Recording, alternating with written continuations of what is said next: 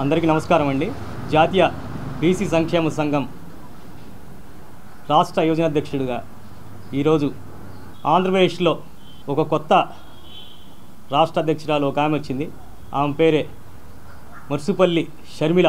ఈరోజు తను మాట్లాడుతుంది ఈ రాష్ట్ర ముఖ్యమంత్రి గారి మీద ఏకవచనంతో జగన్ రెడ్డి అని. జగన్ రెడ్డి గారు ఈ రాష్ట్రంలో గడిచిన ఈ 4.5 సంవత్సరాలు 5 సంవత్సరాల్లో ఎలాంటి అభివృద్ధి చేయలేదని చెప్పి ఈ పచ్చకళ్ళు కప్పుకున్నటువంటి మర్సుపల్లి షర్మిల గారు ఇష్టం వచ్చినట్టు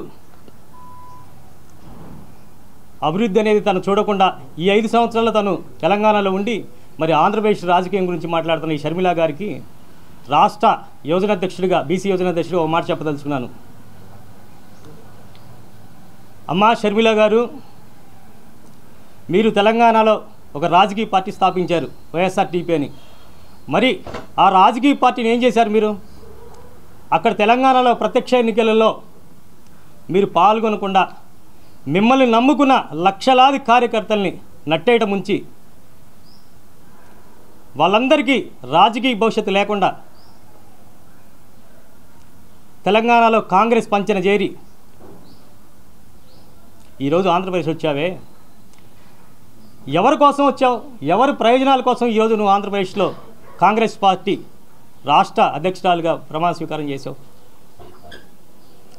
కేవలం నీకున్న రాజకీయ పిచ్చి కోసం నువ్వు ఈరోజు రాష్ట్ర కాంగ్రెస్ బాధ్యతలు తీసుకొని జగన్మోహన్ రెడ్డి గారి మీద అవాకులు చవాకులు పేలుతున్నావు. ఈరోజు జగన్మోహన్ రెడ్డి గారు ఆంధ్రప్రదేశ్లో 2019 నుంచి ఎస్సీ ఎస్టీ బీసీలని ముందు పెట్టుకొని వాళ్ళ అభివృద్ధే తన ధ్యేయంగా ముందుకెళ్తున్నారు. మరి ఈరోజు ఆంధ్రప్రదేశ్లో సంక్షేమ పథకాల్లో ఎస్సీ ఎస్టీ బీసీ మైనార్టీ వర్గాలకి అధిక ప్రాధాన్యత ఇస్తూ రాజకీయాలు వాళ్ళే ముందుండాలి. ఎస్సీ ఎస్టీ బీసీ మైనార్టీ వర్గాలు అణగారిన వర్గాలు కాదు. ఏ రాజకీయ పార్టీ అయినా ఏ ప్రభుత్వానికైనా వాళ్ళే వెన్నుముక అని చెప్పి ఈరోజు ముందుకెళ్తున్న జగన్మోహన్ రెడ్డి గారిని నువ్వు దుమ్మెత్తిపోస్తున్నావే. అసలు ఈరోజు నువ్వు చంద్రబాబు నాయుడు వదిలిన బాలమా, లేదా ఈ రాష్ట్రాన్ని విభజించి కుక్కలు చింపిన విస్తరి చేసినటువంటి సోనియా గాంధీ వర్గమా? ఎవరు పంపించారు ఈరోజు నిన్ను ఈ ఆంధ్రప్రదేశ్ రాష్ట్రంలోకి? ఏ లాభం ఆశించి వచ్చావు?